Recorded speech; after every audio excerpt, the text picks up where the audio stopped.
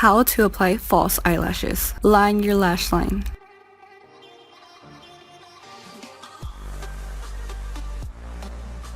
Grab some lashes. I'm using these, but you could use another style. Measure the lash and cut some of the outer corner to fit your eye and leave a space in the inner corner for comfort. Always cut from the outer corner. See if it fits right. Use some lash glue. This is how much I use. Wait 30 seconds to 1 minute and place it on the lash line. Make sure to stick the inner and outer corner on. Push them up after almost dry. Put some eyeliner to cover up any of the glue. And done! Comment, subscribe, and like if you like, and I'll see you next time. Bye!